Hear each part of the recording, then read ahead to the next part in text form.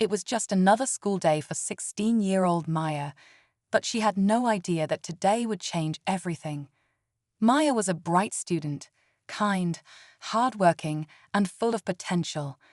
But there was one person who seemed determined to break her spirit, her history teacher, Mrs. Carter.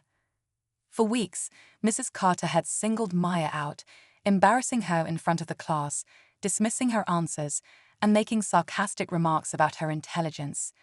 At first, Maya thought she was just imagining it. Maybe the teacher was tough on everyone, but as time went on, it became clear.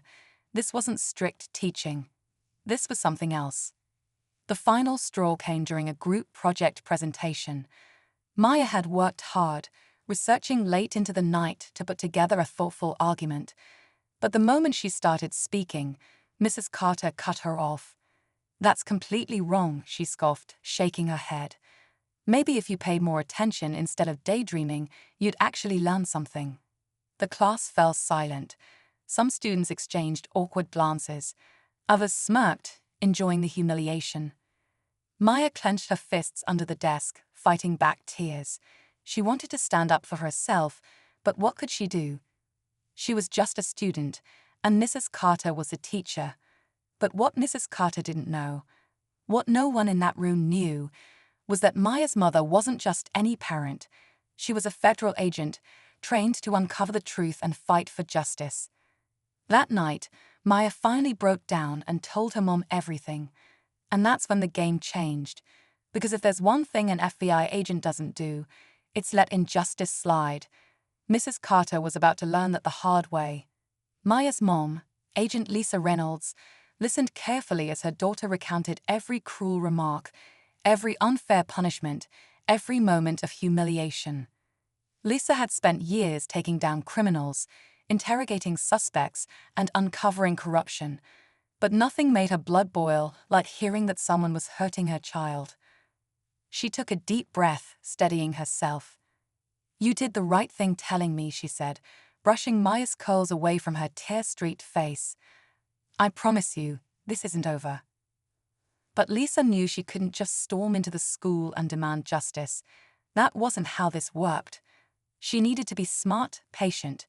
If Mrs. Carter had been bullying Maya, there was a chance other students had faced the same treatment. This wasn't just about her daughter. It was about stopping a pattern of abuse. The next morning, Maya walked into class with a new sense of hope. But Mrs. Carter didn't seem to notice the shift. If anything, she was even colder. When Maya raised her hand to answer a question, Mrs. Carter ignored her. When another student gave the same answer moments later, she praised them. The message was clear. Maya didn't belong. Lisa, meanwhile, had already started digging. She reached out to a few parents, casually asking if their kids had ever mentioned problems in history class. What she uncovered was worse than she expected. Maya wasn't the first student to be treated this way. Other kids, mostly students of color, had been belittled, ignored, and unfairly graded. Some had even transferred schools because of it. Lisa tightened her grip on her coffee cup. This wasn't just a bad teacher. This was something much bigger. And now she had everything she needed to take action. Lisa knew she had to be careful. If she pushed too hard too soon, Mrs. Carter might cover her tracks. So instead of confronting the school immediately, she decided to gather more proof. She encouraged Maya to keep a record of every unfair incident, every snide comment, every time she was ignored or humiliated. It wasn't easy for Maya, but she trusted her mom. And deep down she wanted justice, not just for herself, but for every student who had suffered in silence. Meanwhile, Lisa reached out to an old friend, Jordan, a civil rights attorney who specialized in discrimination cases. When she laid out everything she had found, Jordan let out a slow breath. "This isn't just a bad teacher, Lisa," he said. "This is a serious case of bias. If the school knows about it and does nothing, they're just as responsible." Lisa had a feeling that was exactly what was happening. When she checked the school's online reviews, there were a few vague complaints about unfair grading and teacher favoritism, but nothing concrete.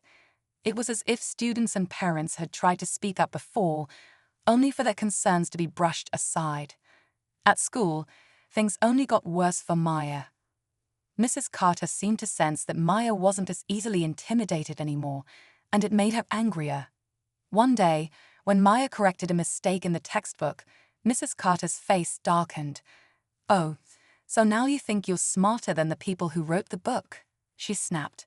The class went silent. Maya felt her face burn, but she held her ground. Maya kept her phone carefully hidden, her heart pounding with every passing second. She had never done anything like this before, but she knew it was the only way to prove what was happening. Every cruel remark, every moment of humiliation, it was all being recorded, and soon there would be no denying the truth. Lisa, meanwhile, was working behind the scenes. She had spoken to more parents, more students, and what she uncovered was worse than she imagined. Mrs. Carter had a long history of targeting certain students, mostly kids like Maya, who didn't fit into her narrow idea of who deserved respect. Some parents had complained, but nothing ever changed. It was as if the school wanted to sweep everything under the rug. Lisa wasn't about to let that happen. With Jordan's help, she gathered evidence, filing official complaints and requesting records from the school district. But something didn't add up. How had Mrs. Carter kept her job for so long, despite the repeated complaints?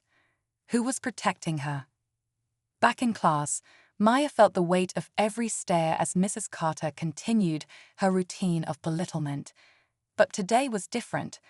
Maya wasn't just sitting there, taking it, she was fighting back in her own way. And then it happened. Mrs. Carter handed back a test, and Maya saw a big red C at the top. She knew she had done well, better than a C. She glanced over at another student's paper, someone who had given nearly the same answers, and they had an A. Maya's hands shook as she raised them. "Mrs. Carter, can you explain why I got a lower grade?" The teacher's eyes narrowed. "Maybe if you study harder, you wouldn't have to question me." Maya took a deep breath. "Or maybe you were just grading me unfairly." The class went dead silent. Mrs. Carter's face turned red with anger, but before she could respond, the door suddenly swung open. Lisa stood there, her FBI badge glinting under the classroom lights. Everything was about to come crashing down. The entire classroom froze. Students stared wide-eyed at Lisa, some whispering to each other in shock. Mrs. Carter's face drained of color, but she quickly masked it with forced confidence. "Excuse me, but parents aren't allowed to interrupt my class," she said, her voice sharp. Lisa stepped forward, her gaze locked onto Mrs. Carter. "I think we need to talk," she said, her voice calm but firm. "Outside. Now." Mrs. Carter hesitated, glancing around as if searching for backup. But there was none. The students were silent, watching closely. She straightened her shoulders. "If you have a concern, you can take it up with the administration." Lisa didn't budge. "Oh, I already have. And I have more than just concerns. I have evidence." A nervous flicker crossed Mrs. Carter's face, but she quickly turned toward the class. "Everyone, continue reading Chapter 8. I'll be right back." She walked out of the room with forced composure, Lisa following right behind. The door shut behind them, leaving the students buzzing with whispers. Maya could barely breathe. She wanted to follow, to hear everything, but she forced herself to stay put. Outside in the hallway, Lisa didn't waste any time. "I know what you've been doing," she said, keeping her voice low but firm. "To my daughter, to other students, and I know the school has been ignoring complaints for years." Mrs. Carter let out a short laugh, folding her arms. "You think you can come in here and intimidate me?" she scoffed. "I've been teaching longer than you've been investigating criminals. And guess what? Nothing's going to happen. You don't have proof." Lisa tilted her head. "That's where you're wrong." She pulled out her phone and pressed play. Mrs. Carter's own voice echoed back at her. Every cruel remark, every degrading comment, every unfair grading practice. But just as the shock settled into Mrs. Carter's face, a voice interrupted them. "Mrs. Carter, Agent Reynolds, come with me now." Lisa turned to see the principal standing there, his expression unreadable. But what made Lisa's stomach tighten was the man standing beside him. A school district official. This wasn't just a meeting. This was bigger than she expected, and suddenly, Lisa had the sinking feeling that Mrs. Carter wasn't the only one they would have to fight. Lisa followed the principal and the district official down the hallway, her mind racing. She had expected a confrontation, but this sudden intervention made her uneasy.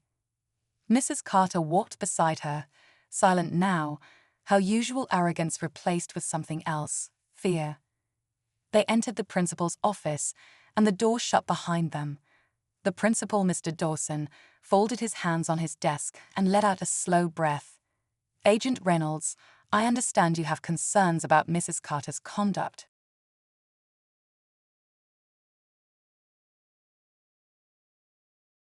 Lisa didn't hesitate. "I have more than concerns. I have evidence." She placed her phone on the desk and pressed play. Mrs. Carter's voice filled the room, mocking Maya, dismissing her, unfairly grading her. Every word was clear, undeniable. Mr. Dawson's jaw tightened as he listened. The district official, a tall man with graying hair, exchanged a glance with him.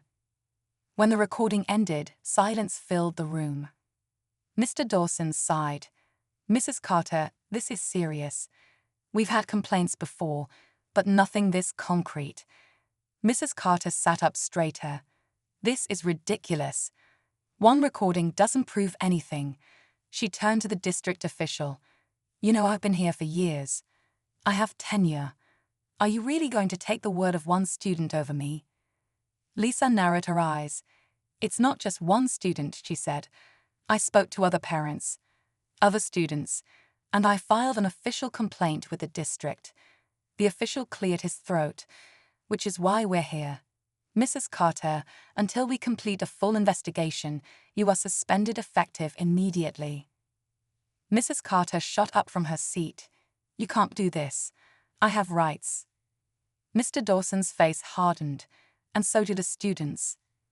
Lisa felt a sense of victory, but before she could say anything, the district official turned to her. "Agent Reynolds, there's something you should know." She frowned. "What is it?" He hesitated, then slid a folder across the desk. Lisa opened it and scanned the documents inside. Her stomach dropped. It wasn't just Mrs. Carter. The school had been quietly settling multiple complaints against different teachers for years, sweeping everything under the rug to avoid lawsuits and bad press. The problem was much bigger than she thought. Lisa looked up, her jaw tightening. Mrs. Carter was just the beginning. This fight wasn't over. It was only getting started. Lisa closed the folder, her mind spinning. She had come here to fight for Maya, but now she saw the bigger picture. This wasn't just about one teacher. It was about an entire system that had allowed people like Mrs. Carter to thrive unchecked. Maya sat outside the office, waiting anxiously. When Lisa finally walked out, her daughter stood up quickly. "What happened?" she asked.